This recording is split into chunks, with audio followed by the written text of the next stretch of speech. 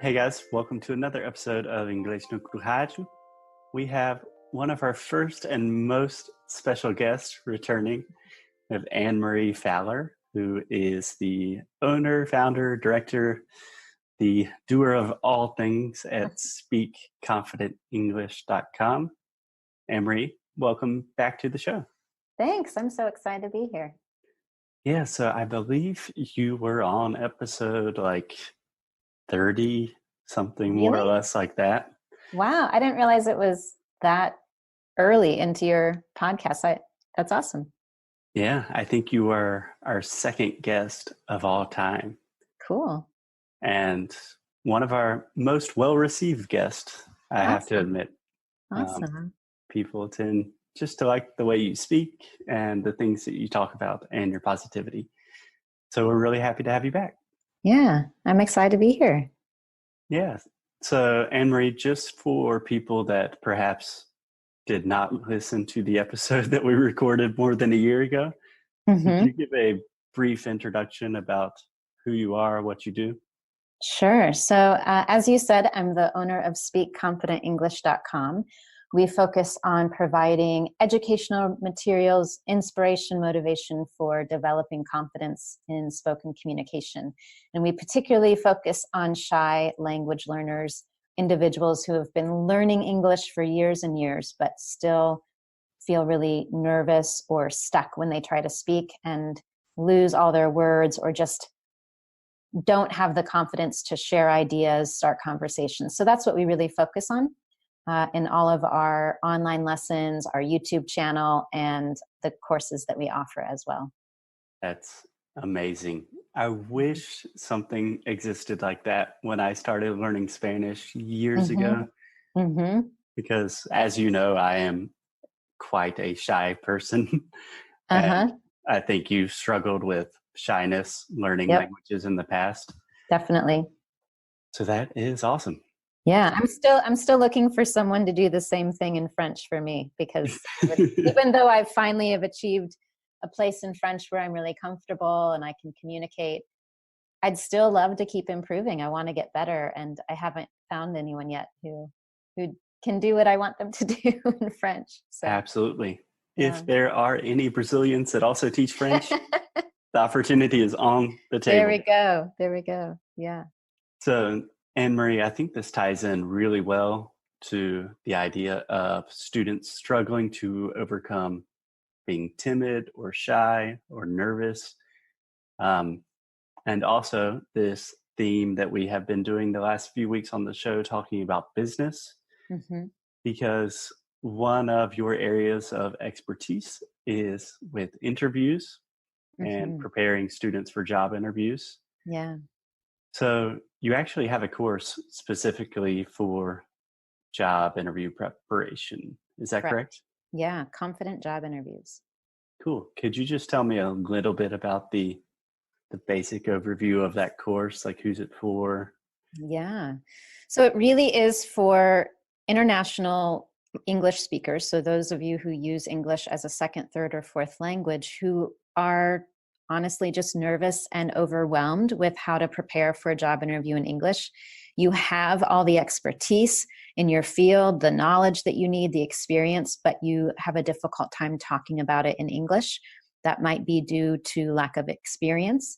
It might be that you feel really uncomfortable talking about your strengths, which is a central part of a job interview in English. And many people from different language and cultural backgrounds struggle with how to identify what their strengths are, their skills, how to talk about them in a way that is confident but not arrogant, and do it in a way that makes them feel comfortable in a job interview. So those are some of the things we focus on, is how do you do that? How do you find out what your strengths are and skill sets are?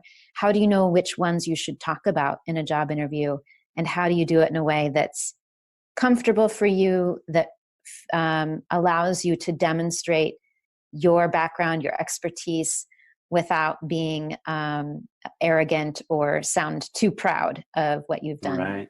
Right. That's always a delicate balance of Mm-hmm. being confident and then just sounding like you know everything.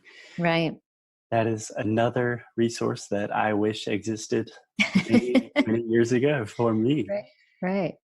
So it sounds like you not only work with the actual language, but also kind of diving into the more psychological element of what are your skills and identifying your skill set. Absolutely. Yeah. Yeah, that's the first part of the course is we first just we go to the most challenging part first, which is figuring out what your strengths are and how can you get comfortable talking about them. And then we take the next step of actually starting to practice the language and practice a variety of traditional interview questions and also those that are unexpected and unusual, because definitely in job interviews, there are several questions that are often quite tricky to answer and something that you didn't plan for, you didn't expect. There are some really odd questions. There's one that we practice a lot in the course, like, if you were a farm animal, what animal would you be and why? And I actually had that job interview question once, and it Whoa. seems like a really strange question to ask.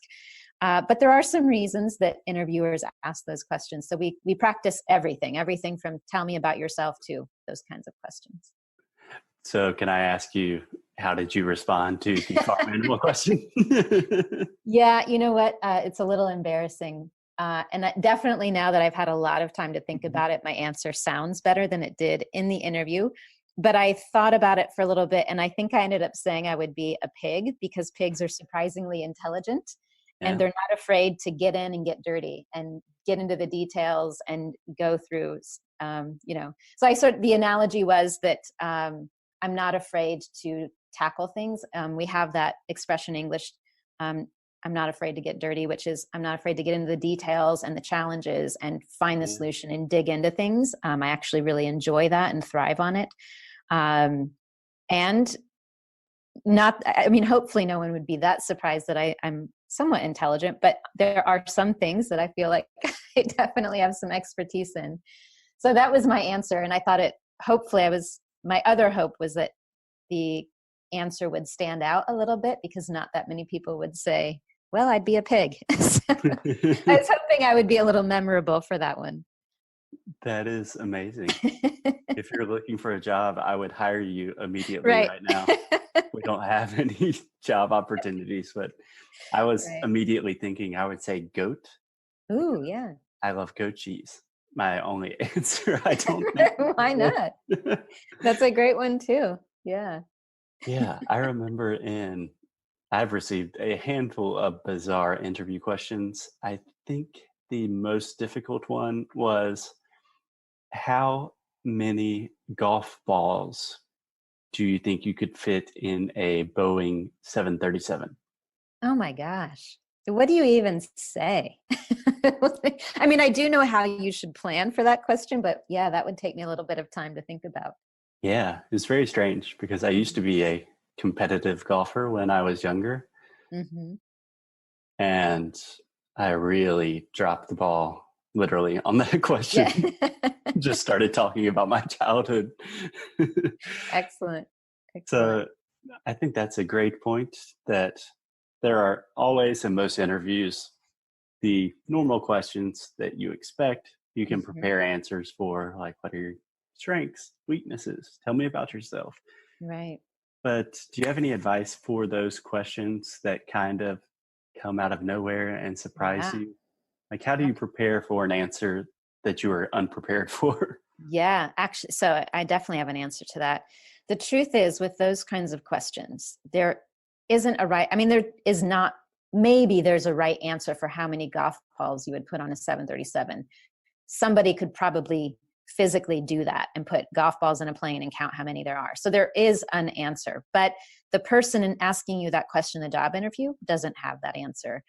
So there isn't a right or a wrong. It's really a question where they want to see how you respond and react to something unexpected. Because the truth is, in any job, there will be days when everything goes wrong. There will be days when the deadline is missed. There are days when huge mistakes get made and things that you didn't expect happen. And so this is a question that aims to figure out how you would respond in the job when it's something unexpected or in a high stress situation? What do you do when you have high anxiety or high stress? Are you someone who can pause and think logically and try to come up with a solution, even if it's not the perfect answer right away?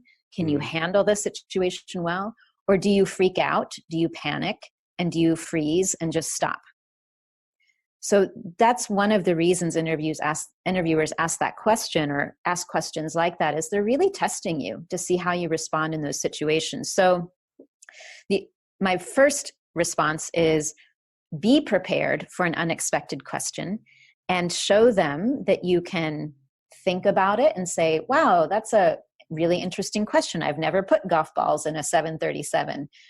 And let it be an opportunity for you to talk through how you might figure out the answer. This is, again, part of the process of seeing how you think. How do you approach problems? How would you solve a situation like that that's really strange and something you've never had to do before? So it's an opportunity to think out loud a little bit and show them your thinking process. The other thing I would say is whatever your answer ends up being, and this isn't true for all of them, but for example, with my answer of I'd be a pig on a farm because they're intelligent, not afraid to get dirty, that answer also let me highlight some of the skills or strengths that I felt were really important. And I wanted to find another way to identify those or to bring those back into the conversation of the interview. So some of the questions that might be really odd are, again, an opportunity for you to highlight something that you feel like describes you or something you want them to know about you and why you're a good fit for the position.